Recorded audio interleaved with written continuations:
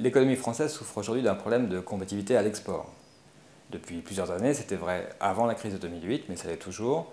Elle est prise dans un cercle vicieux qui démarre par une augmentation des coûts, et en particulier du coût du travail, et qui entraîne en cascade un écrasement des marges, une difficulté à investir, et notamment à renouveler l'appareil de production, du coup une obsolescence de l'appareil de production, une difficulté à monter en gamme, à innover, etc. C'est un problème qui a été diagnostiqué, en particulier dans le rapport gallois, qui est un diagnostic partagé maintenant. La situation s'améliore un petit peu sur certains fronts, en particulier le coût de l'euro a diminué, le coût du pétrole a diminué aussi, et tout le monde guette aujourd'hui l'arrivée d'un nouveau cycle d'investissement qui serait source de création de valeur et d'emplois, mais qui se fait attendre. Bon, c'est dans ce cadre-là que se déroule aujourd'hui un débat sur les allégements de charges, le coût du travail et la manière dont les allégements de charges peuvent conduire à produire de la compétitivité et de l'emploi. Le coût du travail est relativement élevé en France.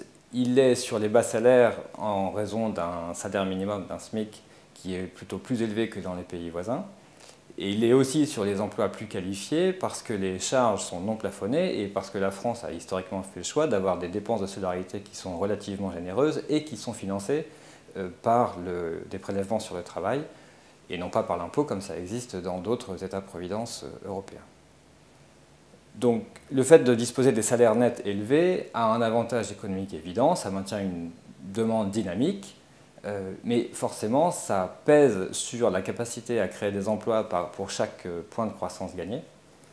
Et c'est d'autant plus difficile si vous ajoutez à ça des charges salariales élevées. Donc un certain nombre d'outils, d'instruments et des allégements de charges ont été mis en place pour réussir à garder les avantages sans en avoir les inconvénients.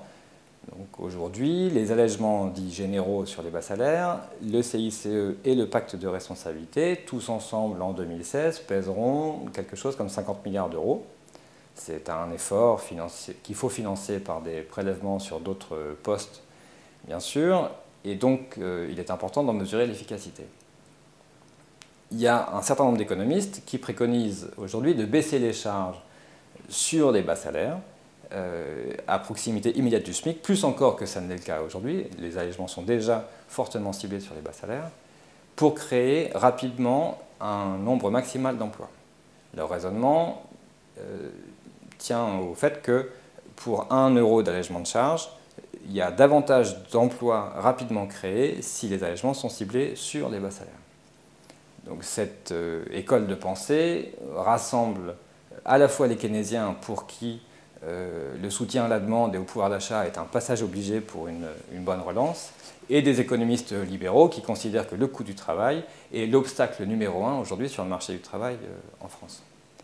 Et dans tous les cas, leur préconisation revient à enrichir la croissance en emploi, comme on disait dans le temps, c'est-à-dire en fait à troquer le capital pour le travail ou à baisser les gains de productivité pour créer des emplois, en particulier des emplois peu qualifiés, des emplois de proximité. La Fabrique d'industrie vient de publier une note qui propose de voir les choses différemment. En fait, le marché du travail, c'est une composante, mais une composante seulement, du fonctionnement de l'économie. La croissance, elle tient à deux choses sur le long terme, à l'accroissement du nombre d'heures travaillées, ce qui n'est pas toujours simple, et au gain de productivité.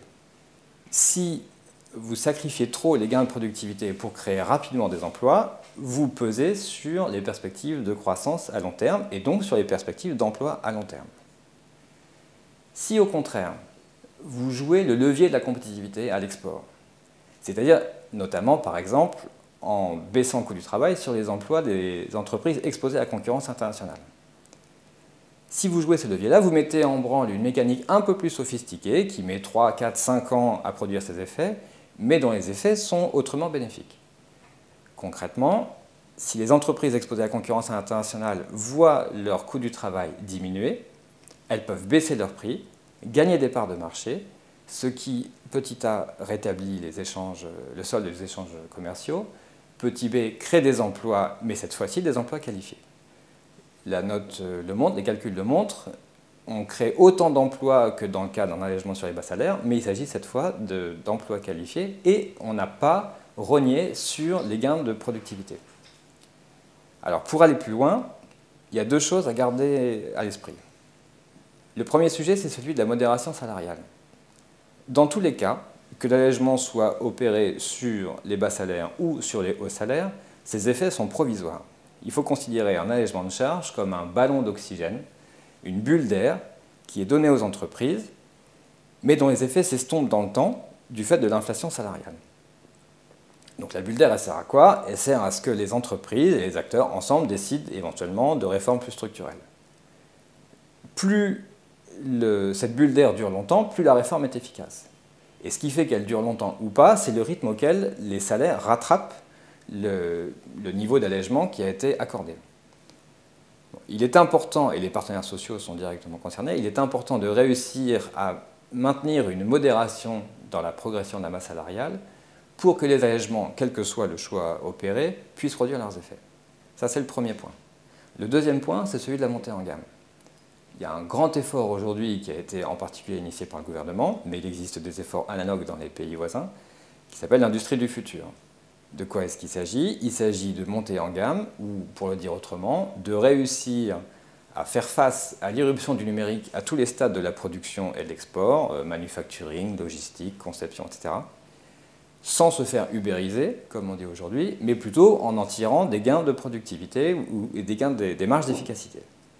Bon. Cette montée en gamme, elle nécessite à coup sûr une montée en compétences des gens concernés. Il y a besoin de nouveaux profils, il y a besoin de davantage d'emplois qualifiés, et ceci ne peut se faire que par un passage par la case formation, formation initiale et formation continue. Donc l'action sur le coût du travail pour gagner sur la compétitivité coût des entreprises ne produira réellement ses effets que si elle est accompagnée par un effort de montée en compétences en faisant appel, comme je l'ai dit, à la formation initiale, à la formation continue. Ce n'est qu'à ces conditions-là que le potentiel de compétitivité produit vraiment ses effets.